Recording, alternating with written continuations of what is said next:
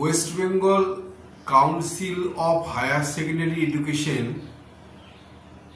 2025 সালে উচ্চ মাধ্যমিক পরীক্ষায় থার্ড সেমের সিলেবাসে কিছু বদল এনেছে। অন্যতম একটি বদল একটি নাটিকার অন্তর্ভুক্তি।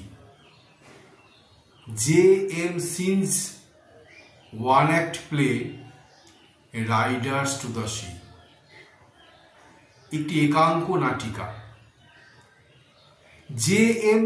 Synge পুরো নাম এডমান্ড জন মিলিংটন সিঞ্জ। তিনি একজন আইরিশ। 16 এপ্রিল 1871 সালে তার জন্ম।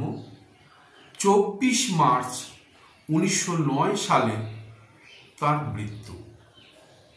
তিনি একজন বিখ্যাত নাট্যকার ছিলেন। তার এই নাটকটি 19বিংশ শতাব্দীর পর বিংশ শতাব্দীর প্রথম দিকে যথেষ্ট সুনাম অর্জন করে। তো এই রাইডার্স টু দ্য সি এর সম্বন্ধে আমি একটু আলোকপাত করার চেষ্টা করছি, যদি ছাত্রছাত্রীদের একটু উপকার হয়।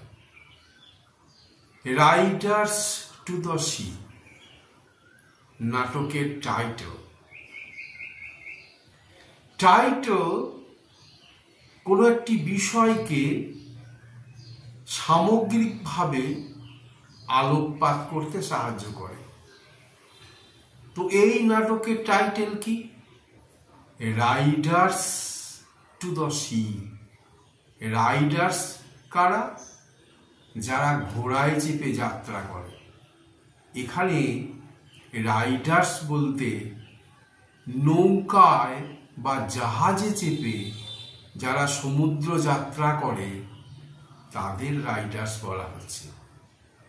এই রাইডার্স টু দ্য সি এই ওয়ান অ্যাক্ট ড্রামাটি প্রচুর তাৎপর্যপূর্ণ। আয়ারল্যান্ডের অ্যারান বলে একটি দ্বীপ, সেই দ্বীপের বেশিরভাগ মানুষের জীবিকা সমুদ্র যাত্রা, সমুদ্রে মাছ ধরা এবং সমুদ্রের মধ্য দিয়ে গিয়ে জীবিকা নির্বাহ করা। এবং খুব বাস্তব সত্য, সেই সমুদ্রের জীবনে তাদের বেশিরভাগ যে সমস্ত পুরুষ সদস্য তারা অকালে মৃত্যুবরণ করে। এই নাটকের মূল চরিত্র মৌরিয়া। কোনো নাটক পড়তে গেলে আমাদের কি পড়তে হয়? প্রেক্ষাপট। প্রেক্ষাপটটি আমি একটু বললাম। একটি দ্বীপ, গরিব মানুষরা সমুদ্র যাত্রার মাধ্যমে সমুদ্রে তারা রোজগার করে, তারা বিভিন্নভাবে দিনাতিপাত করে এবং বেশিরভাগ ক্ষেত্রে সমুদ্রে তাদের অকাল মৃত্যু হয়। এটি হচ্ছে প্রেক্ষাপট। এরপর কি একটি নাটকে পরের মূল বিষয় কি? সেটি হচ্ছে নাটকের চরিত্র। এই নাটকের চরিত্র, মূল চরিত্র একটি মৌরিয়া। তিনি একজন মধ্যবয়স্কা মহিলা। তার স্বামী, হাজব্যান্ড, ফাদার ইন ল, শ্বশুরমশাই এবং তার 4 জন ছেলে, সীমাস, প্যাচ, স্টিফেন এবং শান, এই মোট 6 জন সমুদ্রে মারা গেছে। সমুদ্র তাদের কেড়ে নিয়েছে। এই রকম পটভূমিকায় তার আরেকটি ছেলে, তার নাম মাইকেল। এই মাইকেলও সমুদ্র যাত্রা করেছে। সমুদ্র যাত্রা না করলে তাদের জীবিকা নির্বাহ হবে না, তারা খাবে কি? কিন্তু 9 দিন ধরে মাইকেলের কোনো খোঁজ নেই এবং মাইকেল সম্ভবত মারা গেছে এই রকম চিন্তাতেই তারা দুঃখিত। তো নোরা মৌরিয়া তিনি ভাবছেন তার ছেলে মাইকেল বোধহয় আর ফিরে আসবে না। তার আরেকটি মাত্র ছেলে তখনও বেঁচে আছে, স্টিল লিভিং, সে হচ্ছে বার্টলে। এবং এই সময় নাটকটি মঞ্চস্থ হচ্ছে। কিভাবে মঞ্চস্থ হচ্ছে? দুই মেয়ে, নোরা আর ক্যাথলিন। ক্যাথলিন বড় মেয়ে, প্রায় 20 বছর বয়স, আর তার বোন নোরা। তারা তার মাকে গৃহস্থালির কাজে সাহায্য করে।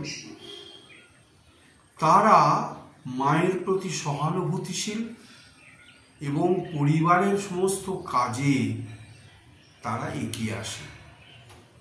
কিন্তু তারা প্র্যাকটিক্যাল, বাস্তববাদী। যদিও ছোট বোন নোরা একটু সিম্পল মাইন্ডেড, তবুও পরিবারের প্রতি সমবেদনা, সহানুভূতি তাদের মধ্যে বর্তমান। এবং এই পরিস্থিতিতে নাটকটি শুরু হয় কিভাবে? মৌরিয়া ভাবছে যে তার ছেলে মাইকেল বোধহয় আর ফিরে আসবে না। এমন সময় বার্টলে তখন প্রস্তাব করছে মায়ের কাছে যে আমি আমার দুটো ঘোড়া আছে, একটি রেড মেয়ার, লাল ভুটকি, আর একটি পনি, একটি ছোট ঘোড়া আছে। সেই ঘোড়া গ্রে পনি, সেই দুটি নিয়ে সে যাবে বিক্রি করতে জাহাজে চেপে, এবং সেই ঘোড়া দুটি বিক্রি করে যে অর্থ সে পাবে, সেই অর্থে তাদের সংসারের কিছুদিন চলবে। কিন্তু তাদের মা মৌরিয়া তিনি চান না সমুদ্র যাত্রা করুক তার একমাত্র ছোট ছেলে। তার কারণ সেই সময় সমুদ্র উত্তাল। আরও চান না, সম্ভবত মাইকেল মারা গেছে। মাইকেল যদি মারা যায় তাহলে মাইকেলের জন্য কফিন বানানোর জন্য একমাত্র পুরুষ সেই সংসারে তো আছে বার্টলে। তো বার্টলেও যদি সমুদ্র যাত্রা করে তাহলে তার কি হবে? কিন্তু বার্টলে মায়ের কথা শোনে না। সে তার লাল ঘোড়ায় চেপে সমুদ্র যাত্রা করে, তার সাথে নিয়ে যায় তার গ্রে পনিকে। এমন সময় ক্যাথলিন আর নোরা এদের কাছে খবর আসে। কি খবর আসে? যে নিউ প্রিস্ট, একজন পুরোহিত, তাদের একটি পোশাক দিয়েছে এবং তিনি তাকে বলেছেন যে সম্ভবত এটি তোমাদের ভাই, যে ভাই সমুদ্রে গেছে সেই ভাই মাইকেলের পোশাক। তো তারা তখন দেখতে চাইছে, কিন্তু সেটি মায়ের কাছে যদি প্রকাশিত হয় মা খুব কষ্ট পাবে, তাই আপাতত সেটা লুকিয়ে রাখে। তারপর বার্টলে যখন বেরিয়ে যায় তখন নোরা ক্যাথলিন দুজনে মিলে দেখে হ্যাঁ এটি তাদের ভাই, তাদের দাদা মাইকেলের। এবং তারা প্রচণ্ড দুঃখের সঙ্গে কি করে, মৌরিয়াকে সেটা জানায়। মৌরিয়া কিন্তু আগেই কিছুটা বুঝতে পেরেছিল যে নিশ্চয়ই মাইকেল মারা গেছে, এবং এটা দেখার পর সে বলছে আমি একটি অদ্ভুত দৃশ্য দেখেছি, ভিশন। কি ভিশন? যে আমার ছেলে মাইকেল বার্টলের ঘোড়ায় চেপে ফিরে আসছে, তারা দুজন আসছে, সেটা আমি দৃশ্য দেখেছি। এই ভিশন দেখে তার মনে হয়েছে এটা একটি অশুভ প্রতীক, অশুভ চিহ্ন, সম্ভবত তার ছেলে বার্টলেও মারা যেতে পারে।